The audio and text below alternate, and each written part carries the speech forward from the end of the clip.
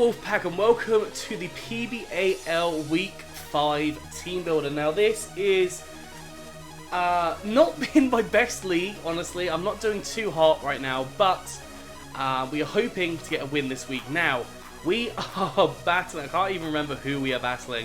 That is how awful this is, because this is like 2 weeks after I've done this battle. I can't remember who we were battling, and I'm going to be completely honest. But the title has who we're battling. I think it might have been Jake, but it probably wasn't Jake. So, yeah, we'll see. I think they say it in the actual battle who I'm battling, so, you know, go check that out. It'll be out tomorrow, or if you're watching this the day after it's been uploaded, then it's already up. But yeah, the team that we've got here is Zoroark.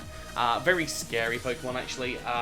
It can be a big problem to a lot of my team, particularly like Dragapult.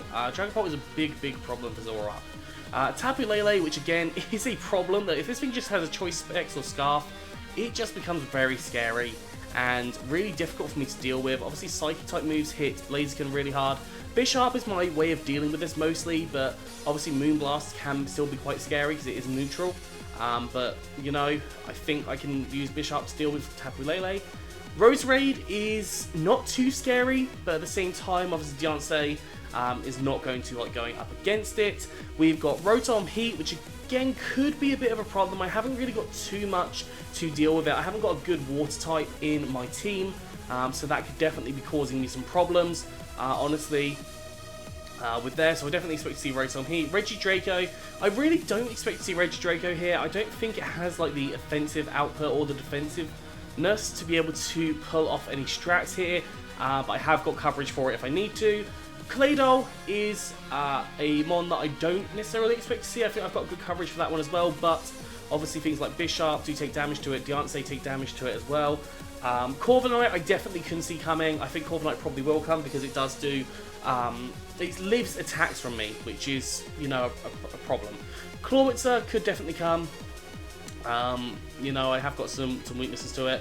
Vikavolt, again, could see it coming, could not see it coming. And Corviknights, again, could see it come, could not see it come. So my team, we have got Dragapult. Dragapult is holding the Expert Belt, which is, you know, going to help with the damage output. A lot of these attacks will hit for super effective damage. That Expert Belt will come into effect really well. Infiltrator, just in case of subs. I can definitely see like sub Rotom, some Regidrago, sub Lele, sub Zoroark even. I can see subs coming in anything. Dragon Pulse, obviously strong stab, hits the Regidrago. Shadow Ball hits things like the Tapu Lele for super effective damage. Surf, I thought just gets good coverage like Claydol and the Rotom Heat. And Thunderbolt just covers the rest of the team potentially. But yeah, I've got some attacks obviously that hit pretty hard there. Corviknight and Clawitzer are obviously hit by the Thunderbolt as well. EV wise, I've only got 84 speed because I didn't need too much speed investment on this. The fastest mon that he has actually is the Zoroark, which is 105 base or 110. I can't remember, but we outspeed any mon. And we just have the offensive output. I have put some special defense investment just in case of like Scarf Lele, so I can hopefully live a hit. But we'll obviously see what happens with that. So yeah. Next up, we've got Bisharp. Bisharp is a hopefully going to be a really good mon here. Iron Head and Knockoff, Stealth Rock and Stone Age. So Iron Head, obviously strong stab. It hits things like the Tapu Lele. It will hit the Regidrago. It will hit the Corviknight neutrally, maybe. I can't remember. Vikavolt, it won't hit neutrally. Corviknights, it will hit neutrally. Zoroark, it will hit neutrally. Knockoff, obviously getting rid of items is going to be really helpful for the majority of this match. Just being able to stop Pokemon in their tracks. And then Stone Age. Stone Age powerful. Rock type attack, and that hits the Rotom Heat. That was my main reason for it, because I do expect the Rotom Heat to switch in onto the Bisharp, not Corviknights. Don't know what I'm doing. EV investment. I've got max HP, max defense. I thought this thing's going to be more defensive this week. Stealth Rocks could definitely do me a lot with passive damage, especially if there's like a Focus Sash. I don't know, I just got a gut feeling there's a Focus Sash this week. But yeah, we'll see what happens. Defiant is my ability in case we get hit with anything that's going to lower any of our stats, like the Moonblast from Tapu Lele, if we can switch it on that, and we get the drop. Defiant's obviously going to be a really good move to use. A really good ability to have, sorry. Moving on to the next Pokemon we have Blaziken. Blaziken is going to be, you know, another fantastic Pokemon this week. We've got Flare Blitz, powerful fire-type attack, stab, hits the majority of the team. Close combat, again, hits a lot of the team for neutral damage. And just going to be really, really powerful. Shadow Claw is there for the Corviknights and the Tapu Lele, because Tapu Lele is a big problem for me. And I do outspeed it with the Scarf, outspeed everything with the Scarf, as long as they're not Scarf. And finally, Stone Edge for the Rotom Heat, because I didn't really have anything else to cover it, and I thought the Stone Edge would just do that little bit more damage than, you know, like the close combat would. EV investments, as I said, I've got enough to outspeed the Zoroark, as long as it's not Scarfed. I've got max attack investments, and I've also got some investment in HP and special defense, just kind of split up there, because I felt like it, and, you know, spare EVs, what are you going to do with them? That's the idea. Next up, we've got Thunderous Furion. I have gone for a Life Orb set with no setup opportunities here. I'm not bothering with Nasty Plot this week. I don't think I need the damage output as much. I've got Thunderbolt, which, you know, hits half the team really, really solidly. Sludge Wave, which hits the Tapu Lele, which was obviously a big concern, but Sludge Wave just destroys it. Dark Pulse, which covers the Claydol, because obviously that's definitely a switch in for the Thunderous, because ground type, electric type, obviously.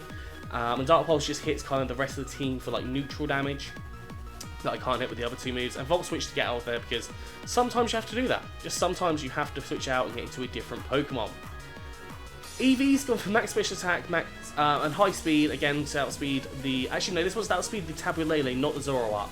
So, for outspeeding Tapu Lele, you couldn't outspeed the Zoroark, so I thought, you know what, we'll go for the next best thing, and if we can get a Sludge Wave off on the Lele, I think we take it out in one hit, which is really fantastic.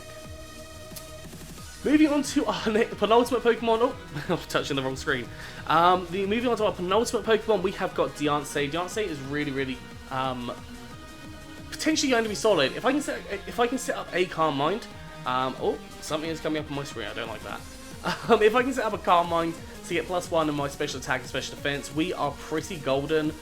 If there's a Trick Room set up here by like Claydol or something, then we are going to be in an even better situation. But, you know, we can live a couple of hits from different things. We've got Mystical Fire, which hits the Corviknight. Corviknight is probably the solid switch into Diancie. We've got Moonblast, which covers the majority of the team for neutral damage. The only thing it doesn't really hit is Rotom Heat.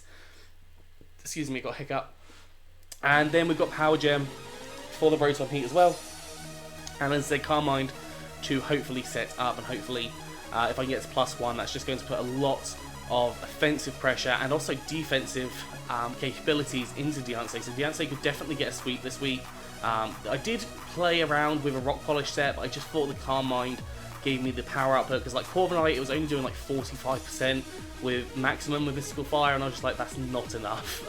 So with a Calm Mind, obviously it does just more damage. Obviously I need the Stealth Rocks and some chip damage before I can bring it in, but I can definitely use that. The Berry, obviously for the Steel type attack, I can live an attack from Corviknight, like an Iron Head, if I have the Berry on there. And moving on to our final Pokemon, we have got Snorlax. I absolutely love Snorlax. I haven't used it in a while. This thing has Body Slam, which is strong stab. The ability to paralyze is going to be really nice.